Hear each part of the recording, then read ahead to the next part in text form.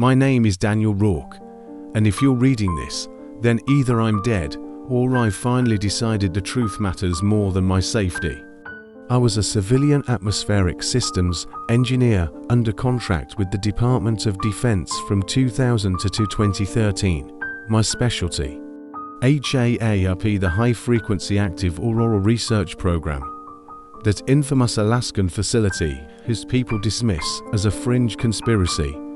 But what most don't realize is that HAARP was only the testing ground. The real project, the one that tore my life apart, was codenamed Stratus Horizon. It started with a minor anomaly during a routine data sync in 2009.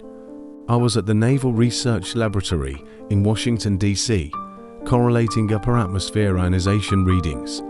I noticed a pattern: artificial bursts of ELF, extremely low frequency waves matching precisely with regional storm developments, not random, timed, targeted.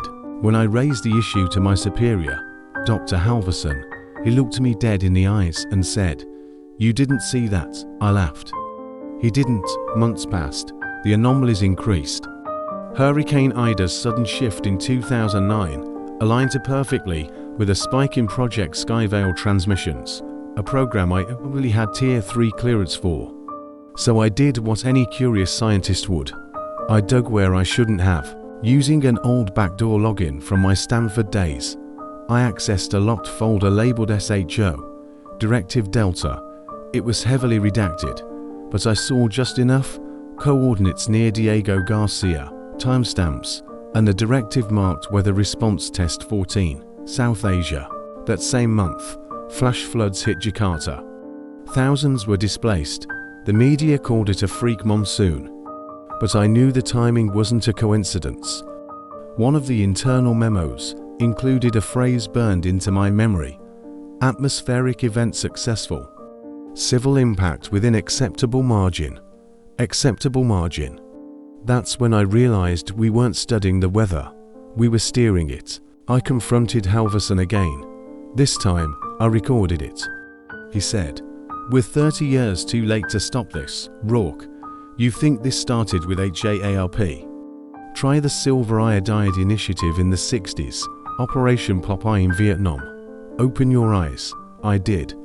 I spent the next 2 years tracing breadcrumbs, declassified CIA reports, old and OAA funding requests, Air Force documents hidden in university archives. I saw patterns. Hurricanes steered away from oil rigs, droughts following agricultural policy shifts, snow in Cairo to days after an arms shipment to Egypt fell through. In 2011, I was reassigned, no warning. My clearance was upgraded to Tier 4, and I was relocated to an off-site research station in Greenland, Thule Air Base. They said it was for climate resilience testing. It wasn't. Inside Hangar 12, under 24/7's military watch, was something called Project Ether. Picture a metallic monolith, 80 feet high, bristling with antennae and cooled by liquid nitrogen. I was briefed by a man who never gave his name. Just a badge with the symbol of a trident piercing a cloud. We weren't just manipulating storms, we were creating them. Ether wasn't designed to monitor, it emitted. They called it thermal resonance destabilization. Basically, it could agitate specific atmospheric particles to trigger condensation in targeted regions. In theory, you could create rain anywhere. In practice, it was chaos with a keyboard. The prototype had already influenced weather systems in sub-Saharan Africa. Documented droughts traced back to emission events. They framed it as a test. I saw it for what it was, weaponization. Then came the test over Kansas, July 5, 2012. We were ordered to generate controlled precipitation over Fort Riley as part of a joint operation with DARPA. The result? A microburst that collapsed a barn, killing a family of 3. The report blamed unpredictable jet stream activity. I saw the logs. We created that storm. We killed them. That night, I couldn't sleep. I opened a file marked Echo Memos, internal comms from a subgroup I didn't recognize, codename, Wraith Committee. One line chilled me. Test 30 to yielded successful soft target neutralization. Civilian optics minimal. I started saving files, printing what I could, encrypting backups onto a secure drive buried in an ammo box under my father's cabin in Idaho. I knew they were watching. Cameras began appearing in places they hadn't been. My paycheck showed deductions for classified equipment handling violations, subtle warnings. Then my friend Casey, a meteorologist who'd helped me correlate the Diego Garcia data, disappeared. Her last message, "I know what ether did to Chennai. The Chennai floods had killed hundreds." I hadn't connected the dots until now. Her apartment was scrubbed clean. No records, no belongings, like she never existed. I called her brother. He hadn't heard from her in weeks. Then I received a package, no return address. Inside, a USB, a map of Cheyenne Mountain Complex, and a note, "Stratus is housed under NORAD, trust no one." I took emergency leave, faked a family emergency and flew to Colorado Springs. The mountain was impossible to breach. NORAD security was tighter than ever. But I didn't need to enter. I just needed to watch. That's when I met someone who changed everything. Yonek, Polish accent. Said he was a former ECHO engineer. Showed me his retinal scar, a failed retinal scanner deactivation attempt, he claimed. He had data, real data, names, protocols, even Ether's sister system, Nephilim. Nephilim wasn't about weather. It was about optics. Satellite interference, cloaking high-altitude aerial platforms using refracted moisture arrays. Basically, it could hide objects in plain sky using engineered cloud formations. Ever wonder why some contrails spread unnaturally wide? That's not jet exhaust, that's a curtain. Yonek said Nephilim was used to mask the extraction of a Chinese defector in 2010, while generating a natural thunderstorm to cover radar pings. I began to panic. My hands shook constantly. I barely ate. My wife thought I was having a breakdown. Maybe I was, but then she found my backup drive. She read enough to know I wasn't crazy.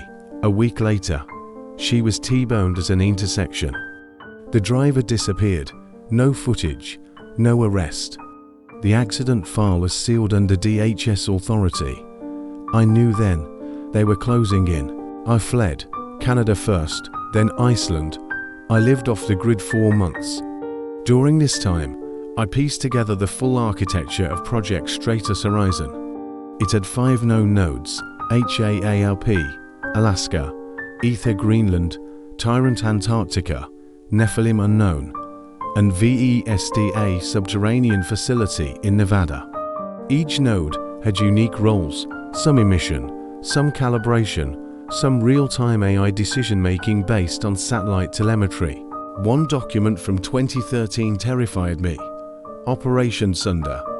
It proposed geoengineering tactics to destabilize economic competitors via climate events, drought in Iran, flooding in Brazil, even a projected heat dome over Germany during a G8 meeting, all theoretical, of course, until I noticed the dates matched real headlines, almost to the hour. I leaked what I could.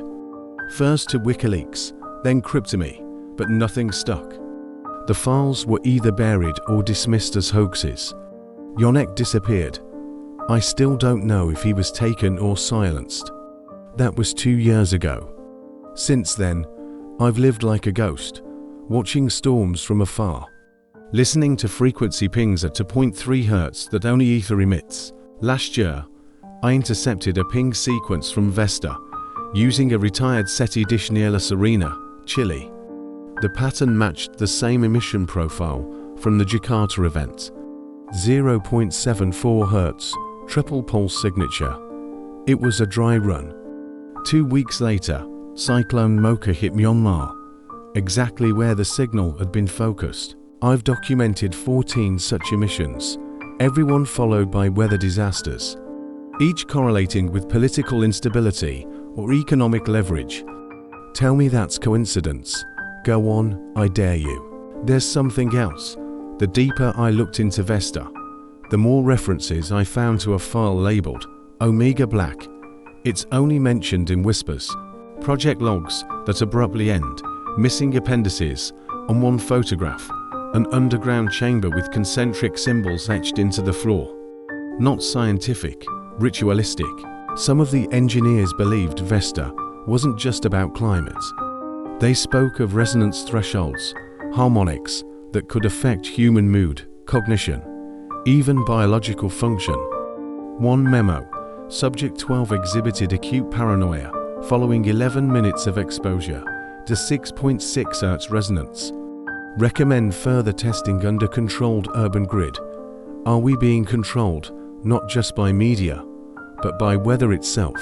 I remembered an old man at AJARP, a janitor named Willis.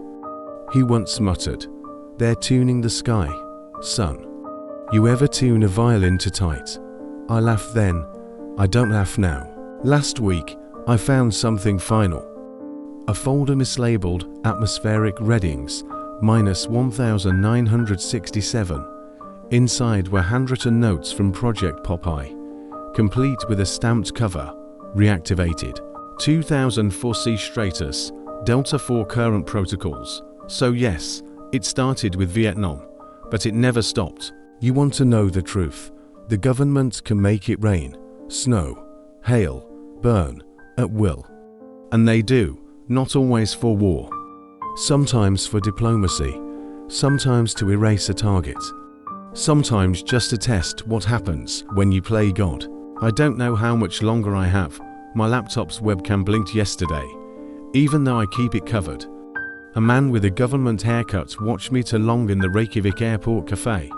My bank account was frozen this morning. So this is my confession, my testimony, my warning.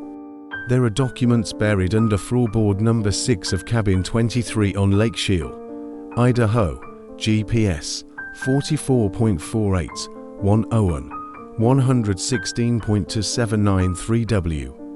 If you can get them, release them. The world deserves to know what's been done in the name of balance. But be careful. If they think you know, really know, they won't warn you. You'll just vanish, like Casey, like Yannick, like me, soon. If clouds hang heavy over cities that used to shine, ask why. If droughts hit just after key elections, ask why. If storms are smarter than they should be, ask why. You'll find no answers on TV, but you might hear something on shortwave 9.435 MHz during thunderstorms. It's not Morse, it's a countdown. And when it reaches 0, you'll understand, but by then, it may be too late.